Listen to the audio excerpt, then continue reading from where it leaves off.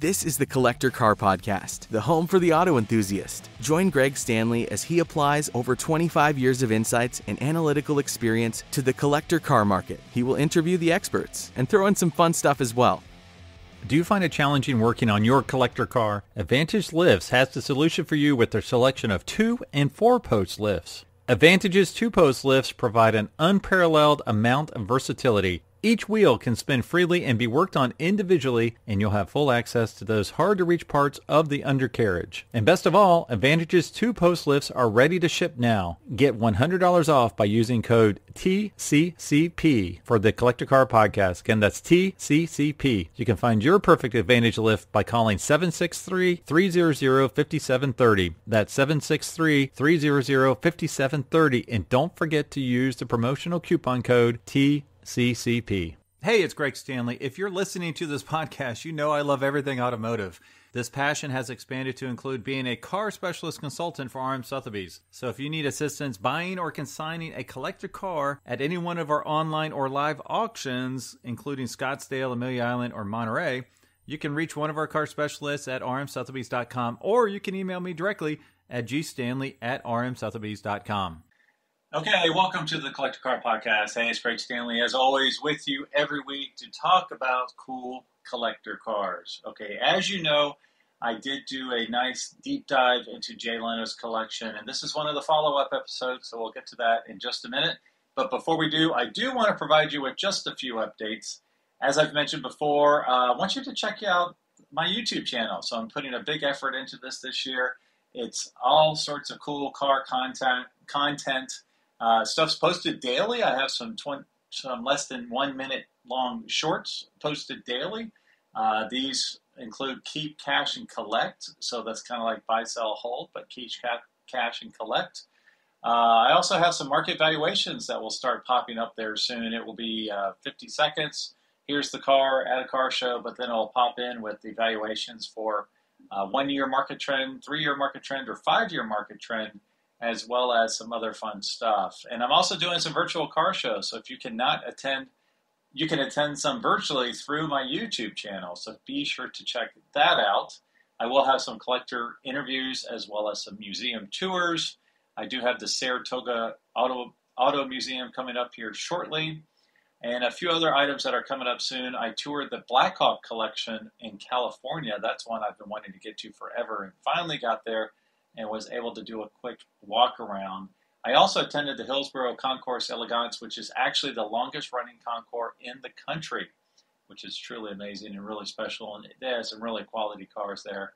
I will review some Corvettes and Cobras from Virilio Motor Car Sales in upstate New York, and historic Shelbys, as well as historic race cars at the Indianapolis Motor Speedway. So that's just a few things I am reviewing and sharing with you over the coming weeks on the YouTube channel.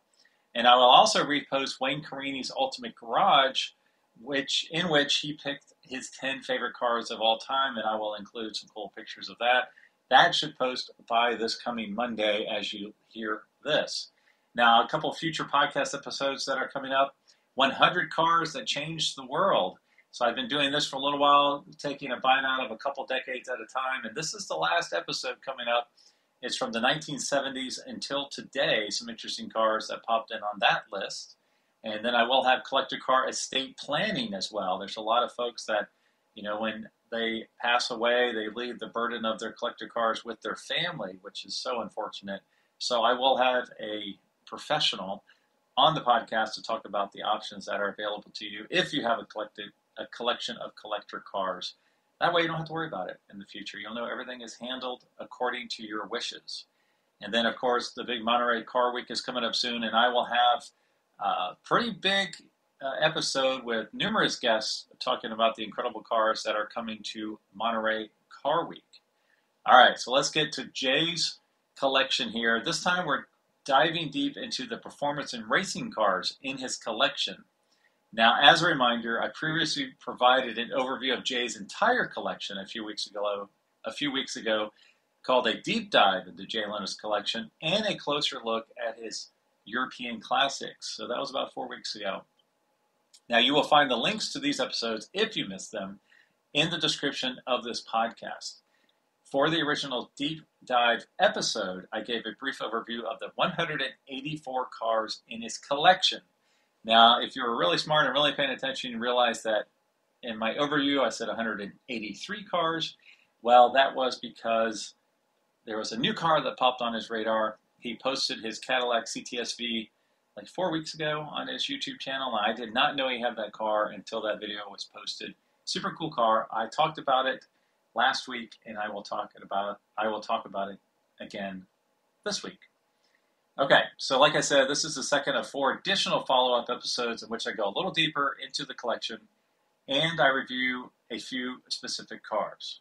Now, of Jay's 184 cars in his collection, I would identify approximately 158 of those cars as performance and or racing cars. Now, he doesn't really have a lot of racing cars. There are a few that have some type of racing history or were designed for the racetrack. Now, if you do the math here real quick, 158 cars, total of 184 cars in his collection, about 93% of his collection you could quantify as performance and or racing. So even though Jay has some plain Jane four-door cars in his collection, his taste definitely lean towards performance. For this episode, I've picked 16 cars to review, including the recent market trends from Hagerty and average value if applicable. As you can imagine, Jay has some pretty unique one-off cars, and there's no price guide for them. I did give my best shot as far as what I would ballpark the cars at in a normal retail setting, not with the Jay Leno tax. Now, all of the links to Jay's videos where I was able to find some information on these cars, either done by him or by someone else, such as My Classic Car TV show, they are available via the show notes, which you can find at thecollectorcarpodcast.com under the blog section. So go there if you want to see these videos I am talking about. So the first car I'm going to mention, I'm going from oldest to newest. Now this one's interesting because it's listed as a 1908/1921 Mercedes-Benz Rabbit One race car. The reason being is I believe the chassis was originally built in 1908 and it was made into a race car in 1921. Now, this information is from Jay's video on his YouTube channel. The first thing you'll notice when he talks about it's a chain drive, and you can hear them rattling, and it sounds like Marley's Ghost. Now, if you don't get that reference, that's from the movie A Christmas Carol. Marley the Ghost would rattle his chains to wake up Ebenezer Scrooge. Now, this car was raced, like I said, and built in 1921, and it has a 1914 Benz 235 horsepower Aero engine, and it ran 113 miles per hour at Brooklands in period. Now I don't have any record of another one of these existing currently. It's really hard to come up with prices, especially when you're talking World War I Benz Aero engines, especially when you're talking 1914 Benz Aero engines. Those are really hard to find. So if I were to put a price tag on this car, I would go pretty strong. I'm just thinking, you know what, you got a World War I Aero engine put into a historic car for racing that has race history. I don't know. I would probably put this in the 650 to 750 range. That is a broad guess on my part. All right, the next one, getting a couple years newer, the 1913 Mercer Raceabout. Now, again, this information is from Jay's video. Let's see. At one time, the Mercer Raceabout was selling for more than a Duesenberg. That's amazing when you think about it. And it was once the most expensive car ever sold for $45,000 in the 1960s. So today, the most expensive car ever sold was R.M. Sotheby's Mercedes race car for $142 million. Now, put that in perspective of this car in the 1960s. For $45,000. Not this particular car, but one like it. Now, there's thought to only be 20 or 25 original Mercers remaining. These cars were built in Trenton, New Jersey, and it's rumored that most were painted yellow and black because those were the colors of Princeton, which was obviously a local university near Trenton, New Jersey. They were hoping that they would sell them to the college graduates as soon as they got a good job. All right, the last one I found was sold at Bonham's at Amelia Island a couple years ago for $900,000. So very pricey on these Mercer Raceabouts, but they're iconic and you cannot find another one. Very few of them remain. All right, next one is actually the Mercer's competition, a 1918 Stutz Bearcat. Now, this information is from the henryford.com. The Stutz Bearcat, introduced in 1912, was perhaps America's first true sports car. Stutz individually tested each Bearcat at Indianapolis Motor Speedway, and many were raced with great success. Stutz dropped the model in 1924, only to bring it back in 1931. Interesting. Hoping the beloved name might improve sales during the Great Depression. But Stutz ended automobile production in 1935. Now, these are interesting because the transmission is in the back for better weight distribution. And Jay bought his from a 94-year-old recluse who did not even have running water. And it turns out this guy did not trust the banks at the time because of the Great Depression, and he had $900,000 in gold bullion in the floor when I guess Jay went to go buy the car. Now, this owner that he bought it from, the 94-year-old, was reported to be the first person to fly a gyrocopter at the White House. His particular Bearcat had been in a lean-to shed for 50 years. Now, the approximate value on this car is $250,000. All right, next I have a 1928 Bugatti Type 37A. Now, this description is from RM Sotheby's. This is one, all of Jay's Bugattis are kind of hard to nail down. He does have a Persang 57, Type 57 replica car. Not sure how many of the ones are real, how many are not. They're all very cool, but it's a little hard to nail down exactly what is in his collection here. All right, from RM Sotheby's. The Bugatti Type 37 was introduced in November 1925, and it proved to be one of the most iconic and instantly recognizable racing cars to ever leave Bugatti's facilities. Like its predecessor, the Type 35, the Type 37 provided all of the performance that one desired, yet it also offered an excellent level of practicality for road-based events and rallies. However, as opposed to the 8-cylinder unit found in the Type 35, the Type 37 was fitted with a 4-cylinder engine. This inline 4-cylinder engine was considered by many to be more reliable, yet it also provided just as much excitement to the individual behind the wheel as its bigger brother did.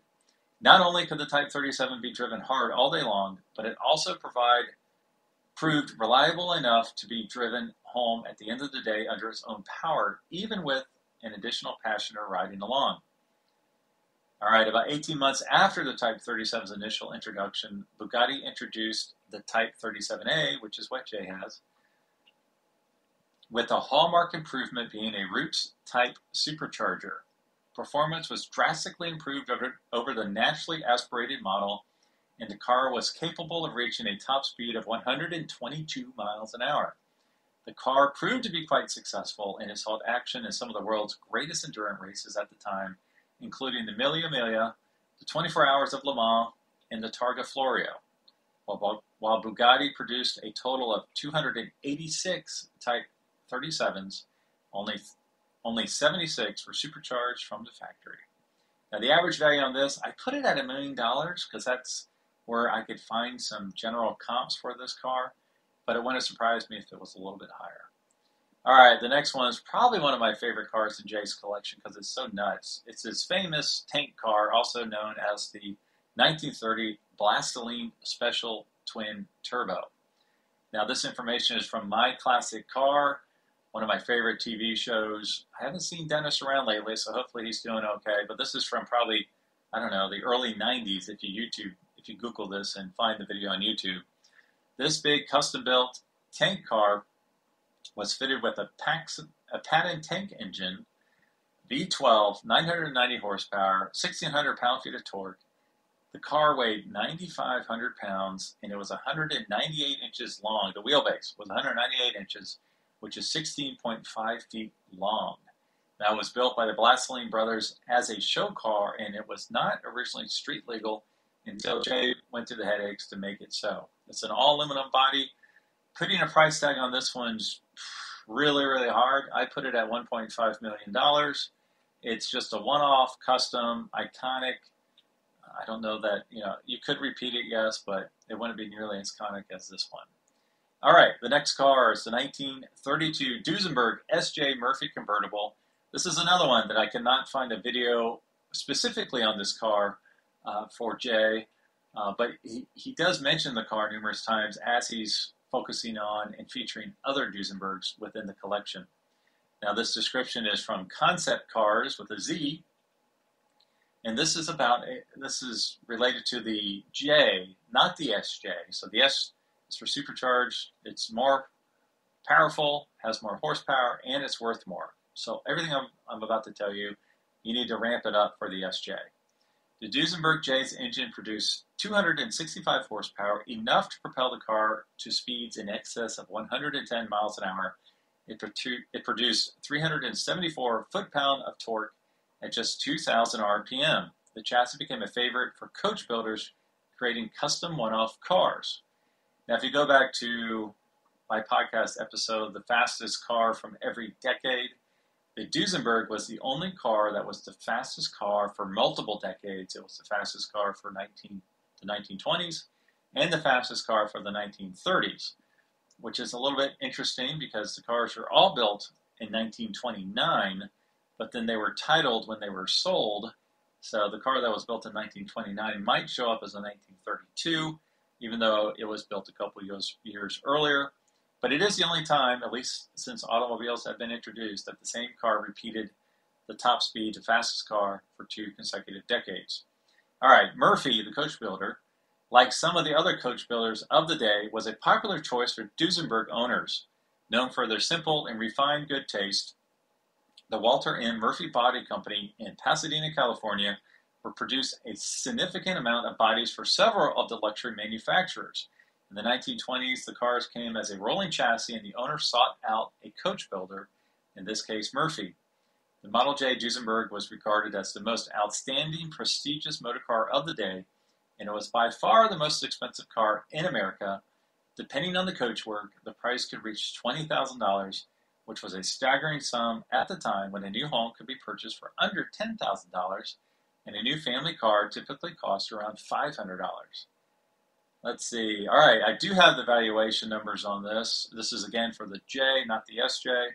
The 1-year change of 55.6%, the 3-year change of 55.6%, and the 5-year change of 55.6%.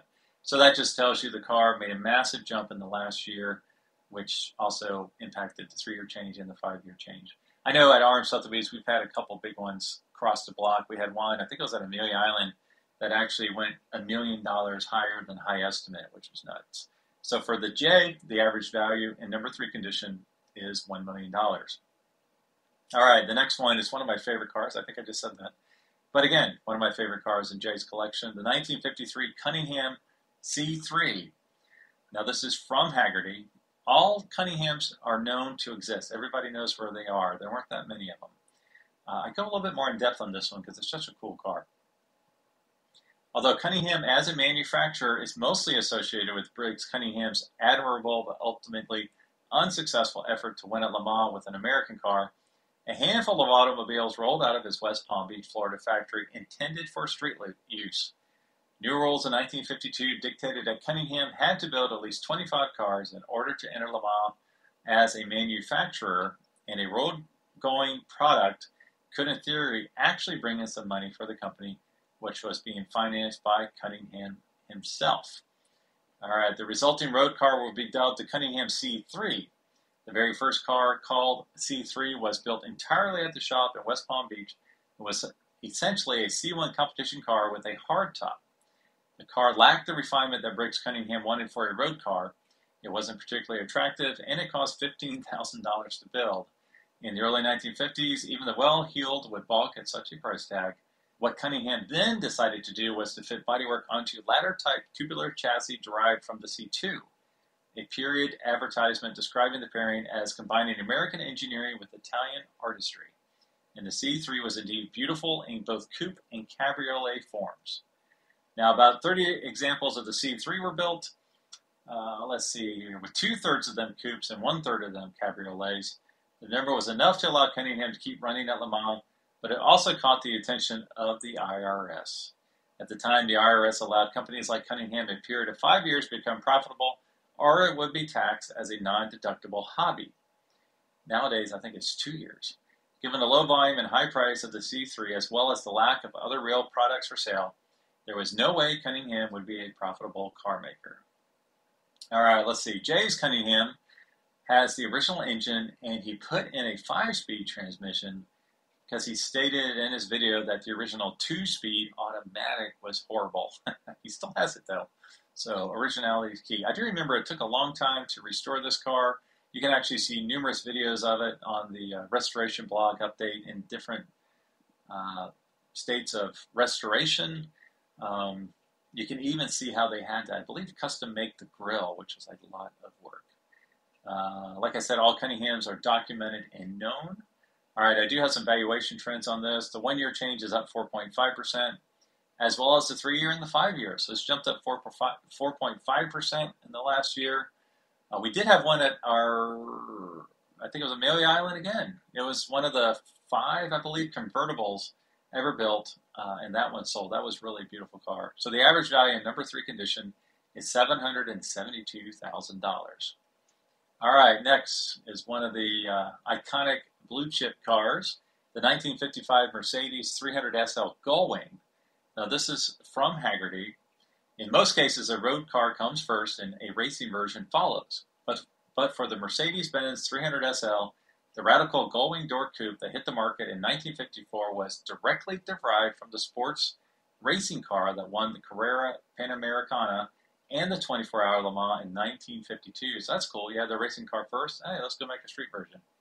The road car that followed retained the racing version's strong tubular frame with high sills, necessitating the gull-wing doors, and featured fully independent suspension in a fuel-injected version of Mercedes-Benz's 3,000cc single overhead camshaft engine. The engine was rated at 215 horsepower and would propel the car up to speeds upwards of 160 miles an hour, making it one of the fastest production cars in the world upon introduction. All right, let's see. There were 29 aluminum coupes. We sold one at Scottsdale, and we have another one coming up at Monterey. Let's see. Fast, beautiful, and very expensive at nearly $9,000. Only 1,400 of the exclusive coupes were built between 1954 and 1957, when the model was superseded by the 300 SL Roadster. Now, Jay's is interesting. His was found in a shipping container with no engine or transmission. It is, I believe it's unrestored with original paint, so you can see the pictures now if you're watching on the YouTube channel. There's some surface rust, there's paint chips, there's a racing number on the side that looks like it's been half peeled off. Jay often mentioned that it is fun to drive as he does not need to worry about what it's like at cruising. So he doesn't have to worry about door dings, scrapes, that kind of stuff. He also mentioned that he worked for a European car specialist, and they had a lot of Mercedes, but he never took to the Gullwing. He just thought it would be heavy and overbearing and not fun to drive, and then he actually drove one, and he really, really enjoyed it. All right, these have been on a tear lately. The latest 1 year, it's up 60%. 3 years, up 71.4%. And 5 years, again, up 60%.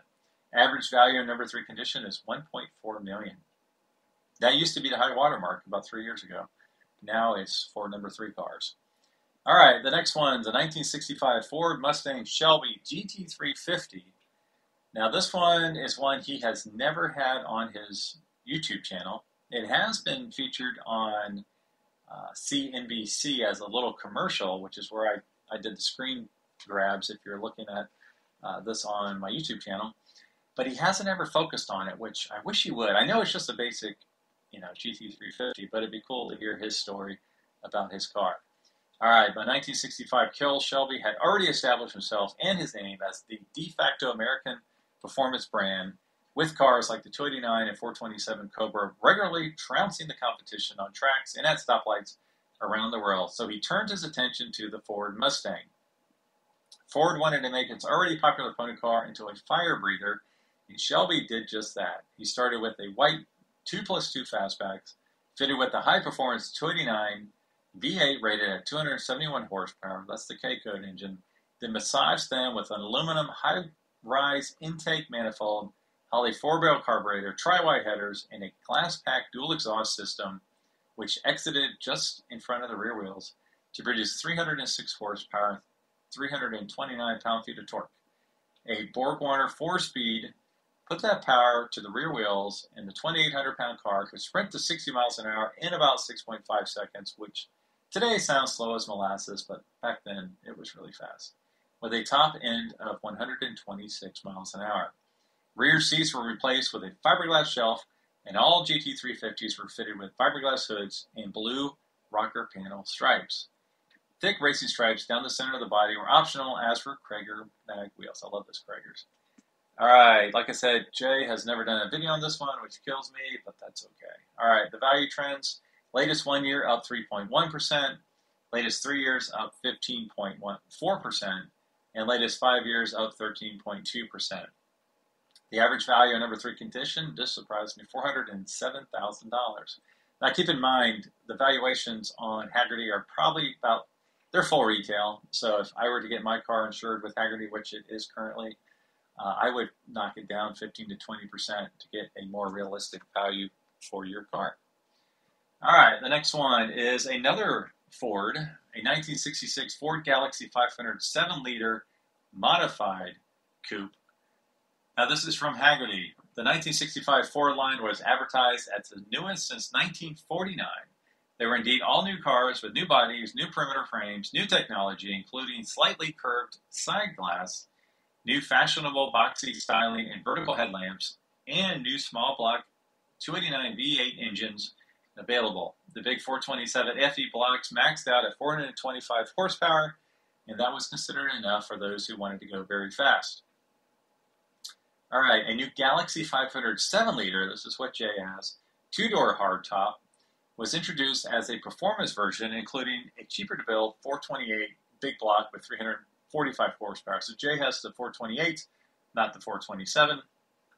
The car featured a sports steering wheel, a simulated English walnut. So if it's fake, why'd you want to make it look like it's English? Anyways, bucket seats, a floor shifter, low restriction exhaust, and non-silenced air cleaner, whatever that means, as well as new power front disc brakes. 1966 saw the Galaxie line trident into 3 directions: luxury, super luxury, and luxury sports. Now, this was the only year that the 7-liter was available as a standalone model. Apparently, I guess you could get that engine option later on. Now, Jay's has an aftermarket huge, I forgot the cubic inches, over 500 cubic inch engine, but he kept it looking pretty stock. He has American 5-spoke racing mag wheels on it, which looks really good. Again, this is one that he has had in a lot of the previous restoration blogs because it took a while to get it fixed, and he had an overheating issue. But beautiful, beautiful car, and it was really cool, the story he told about it. So just kind of an overview or a recap is back in 1965, 1966, he and his dad and mom went up to the dealership to get a new car, and his dad was not a car guy, and he basically would just grab whatever was on the showroom floor. And in this instance, Jay talked him into ordering a car, and while they were ordering the car, he talked his dad into letting him spec it out, and so he picked the 428 engine. He actually picked, I believe he said, either no exhaust or just headers. Anyway, so when the car arrives, the first time his dad starts it up, it just sounds super loud, annoying, like a race car. His dad thought it was broken. He's like, "What's going on here? This isn't what I ordered." And then the salesman was like, "Yeah, you did. Here's what you ordered." And he kind of let it slide because he knew his son Jay had gotten him on that one. And then Jay mentioned, maybe in the next year or so, he did find a speeding ticket. His dad had hit like 110 miles an hour in the car, so he liked the fact that his dad did enjoy the car. And if I remember right, Jay ended up totaling the car, wrapping it around a tree. Something to that effect. So it was a cool story. So definitely check it out. All right, the 1 year change via Hagerty Valuation Tools up 27.2%. 3 year change basically flat, just up 0.8%. And then the 5 year change up 5.6%. And the average value in number 3 condition is $107,000. All right, we're getting into the exotics now. All right, we've got the 1969 Lamborghini Espada. Now, Jay actually has 2 of these, one red and one blue. Let's see, this description is from Hagerty. Lamborghini finally offered a proper 4-seat GT as a replacement for the 400 GT 2+2 when the Espada appeared at the Geneva Auto Show in 1968. The new coupe amazed showgoers with its lengthy and low proportions, as well as its likeness to 2 previous Bertone show cars. the Piranha, and the ill-fated Marzal that Lamborghini had unveiled a year prior. The new Espada legitimately had room for 4 occupants, unlike post 2+2s of the day, and it was powered by the familiar 4,000cc Weber carbureted V12 that made 325 horsepower. That's a lot of horsepower back in the day. The package could run a 7-second 0-60 sprint and could cross the continent at 155 miles an hour. In-period reviews of the Espada commended it for its interior appointments as well as its independent suspension that made for a very stable platform well into the 130 mile per hour range. It was the perfect conveyance for shortening the journey between cities in Europe. All right, they made just over 1,200 of these between 1968 and 1978. There were 3 series. The first series was 1968 to 1969.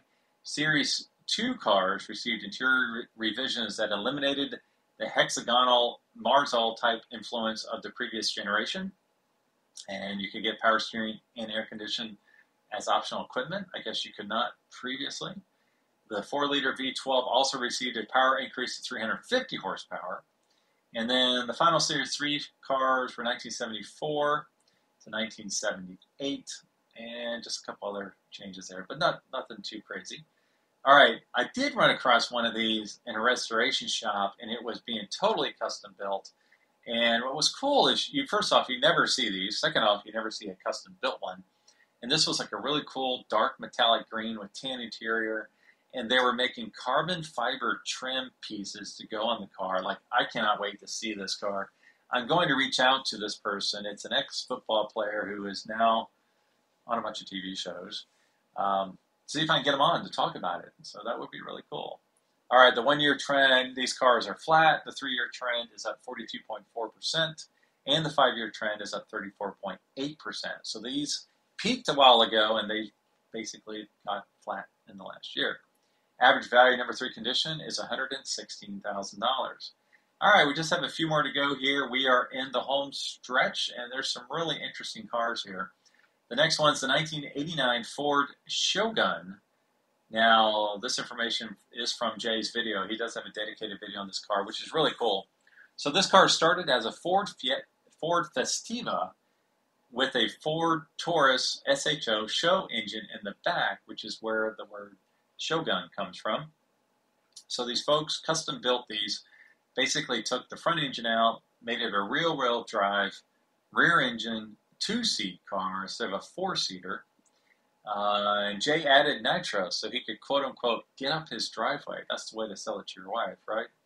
Now, between the Taurus Show, which had a really nice Yamaha engine in it, lost 1,000 pounds. So this Shogun only weighed just under 2,200 pounds, 0 to 60 in 5 seconds. Only 7 of these were made, and now we're down to 6 because one was lost recently in the Colorado fires. And the average value, this one's a tough one because there's only 6 now in the world, but these are kind of like hot-rodded econo boxes. So I was thinking kind of like I believe it's called the Ford RS200, the rally car. I just kind of looked at it compared to those because they did have street versions. Those were rare. So I would put this somewhere around the $350,000 to $450,000 range. Even though it's a 2-door econo box, it's just kind of insane. All right, the next one's even smaller. It's a no-door 2-seater called the 1993 LCC Rocket. Now, let's see. LCC actually stands for Light Car Company.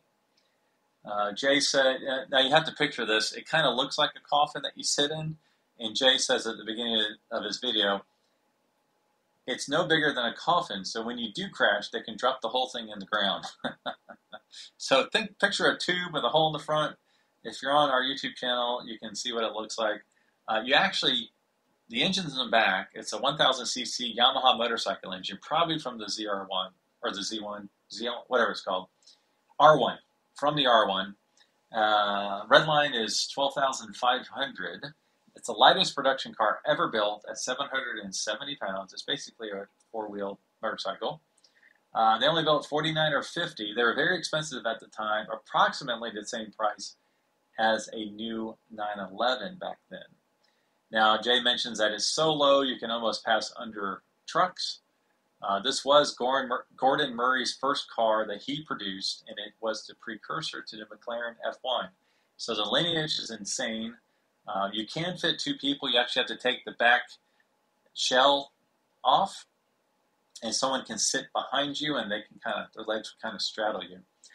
Jay mentioned that the tires and brakes last forever because it is so light, and he said it gives you a tremendous sensation of speed because you're so close to the ground. 40 miles per hour feels like 80. 80 miles per hour feels like 160. Now the value for this is again another really tough one. I ballparked it around 350 to 400 grand. Again, go find another one. Very impractical, but it's got such great history related to the McLaren F1, the most iconic supercar ever built. All right, we have got three more here. The next one is a 2009 Corvette ZR1, but this one is serial number 001. This is from Hagerty. By 2009, the Chevrolet Corvette was entering the fifth year of the C6 Generations model run, and it set the performance world ablaze with the announcement of the ZR1. This designation was previously used on special versions of the C3 and C4 Corvettes. The C3 used it as a competition upgrade package, while the C4 ZR1 was a high-performance model featuring a quad-cam engine designed by Lotus. The C6 ZR1 Corvette was a completely different beast with performance that put America's sports car on par with the world's quickest and most expensive exotic cars. Again, this is another one Jay has not done a video on, but I did got a screen grab from a Corvette specific video where he referenced it briefly as it's in the background. Internally named the Blue Devil, an homage to GM CEO Rick Wagoner's alma mater of Duke, the ZR1 was powered by a new LS9 power plant with a target of 100 horsepower per liter. The supercharged 16-liter V8 made 638 horsepower and 595 pound-feet of torque, so it exceeded the 100 horsepower per liter by 18 horsepower. The sprint from 0 to 60 just takes just over 6 seconds, and the C6 ZR1 can hit a top speed of over 200 miles an hour. You can tell the ZR1 apart by its power dome hood, which includes a polycarbonate window so you can see the Eaton twin-scroll supercharger. The ZR1 also has a unique full-width spoiler, lower front splitter, added vents, and carbon fiber roof. Now this is in Hagerty's database. 1 year change is up 10.4%, 3 year change up 46.3%, and the 5 year change up 31%. Average value is $69,700. Now this being serial number 001, Rick Hendrick is famous for buying the very first Corvette serial number 1 for $1 to $3 million. Is that what this one's worth? Hard to say. When Rick buys them, it's part of a non-profit charity auction, so there's a massive tax write-off. This would be straight cash unless Jay decides to donate the proceeds, in which Hendricks would probably snap it up for $1 million. All right, two more. I'll just touch on this one briefly. The 2004 Cadillac CTS-V. I mentioned this one last week in my 19 depreciation-proof cars. I won't go into detail. I will give you the Hagerty trends. 1 year up 1.9%, 3 year up 9.1%, and 5 year up 13.2%. The average value is $36,700. And I did compare this to the CTS-V wagon because it is the only instance I'm aware of where a four-door, much less a four-door wagon, is worth significantly more than the two-door sports coupe version. The wagon's up 7%, 1 year, 16.6%, 3 year, and 5 year. It's up 53.8%. Compare that to the coupe, up 13.2%. And it's worth about 18 grand more in number 3 condition, which is absolutely nuts. All right, the last car on our list of Jay Leno's performance and racing cars is the 2015 McLaren P1. Again, from Hagerty. At the beginning of the decade, McLaren started to become a volume sports car manufacturer with models like the MP4-12C, that's the worst name in the world, and has since expanded its range to include several distinct but conceptually similar models. Before that, it had been all racing and only racing for McLaren, with the exception of the all-conquering F1 hypercar of the 1990s and the Mercedes-Benz SLR McLaren of the early 2000s. Jay also has one of those SLRs, and he mentions that is the one supercar that has the most mileage because it's such a joy to drive and easy to drive. Then 10 years after the SLR and 10 years after the introduction of both the Ferrari Enzo and the Porsche Carrera GT, all three companies came out with their latest and greatest. Interestingly, all three of these hypercars of the 2010s utilize gasoline hybrid electric power, whereas most hybrids use electric power with the goal of adding fuel efficiency. These hypercars use it to augment the performance of their already potent and cutting-edge internal combustion engines. Now for the P1, behind the driver sits a V8 that is the same 3.8-liter displacement as the engines used across the McLaren model range, but it's a different beast in the P1. And with its two turbochargers and dry sump lubrication, it puts out 727 horsepower and 531 pound-feet of torque. The P1's electric motor's purpose is to fill in for the gas engine when it isn't at peak power, such as at lower RPMs or during gear shift. By itself, the electric motors make 176 horsepower, so the total system output is a whopping 903 horsepower. The sprint to 0 to 60 takes less than 3 seconds, and the quarter mile comes in less than 10 seconds. Top speed is limited to 217 miles an hour. That is just crazy. All right. Despite the absolute savage performance and incredible power, the P1 is also drivable around town and will even return 34 miles per gallon. So that is pretty cool. That's pretty insane. Now, 1-year change is up 6.3%. 3-year change is down 5.6%. And the 5-year change is down 30.6%. And the average value is $1.3 million. Now, my question to you is, why is it down? I think there's a couple reasons for this. If you look at the other two cars that have came out at the same time, the Porsche 918 and the Ferrari LaFerrari, again, a horrible name, the Porsche is still doing okay. It has depreciated a little bit lately. I think it's going to start to go back up again. The LaFerrari has done really well.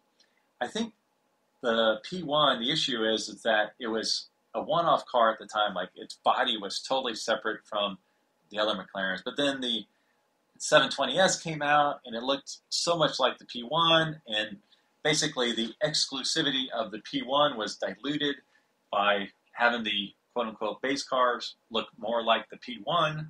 But then also I think you can get the same performance from a Tesla. So I think the performance doesn't speak as much as maybe it did when it launched. So I think it's a couple things. Also, I have met two McLaren owners recently that are not happy with their McLarens. Let me give you some specifics. So if you're a McLaren owner and you love your McLarens, please shoot me a note because I need to get the other side of the coin here. One particular collector, he has, I think it's a 570, and the servo in the front seat went out when the seat was kind of up close to the steering wheel. Well, he can't drive the car anymore because McLaren doesn't make that servo anymore, and there's not a replacement one, and they're not going to make another one. So he can't drive the car because he's too close to the steering wheel. So he literally hasn't driven it like in a year and a half because he can't get the seat fixed. And then another collector, he ended up selling all his McLarens because I guess all the body panels are put on with a super strong adhesive versus being bolted down, and his body panels kept coming loose on his 720. So he felt like, the client, the customer, should not be the test bed. Everything should be done prior to selling the car, not fix it, once it's out there on the market. So he got out of the McLaren business in its entirety, which I thought was really interesting. So if you're a McLaren guy or gal and you love your McLaren, please shoot me a note, shoot me an email, Greg at the Collector Car Podcast or G Stanley at RM Sotheby's. Let me know your experiences so I get the other side of the story. Those were unsolicited, and I'd love to hear your story. So as always, that's it for this week. Thanks for listening, and I will talk to all of you next week. Thanks for listening to the Collector Car Podcast. Don't forget to give us a nice rating on iTunes and be sure to follow us on Instagram and everywhere else at the Collector Car Podcast.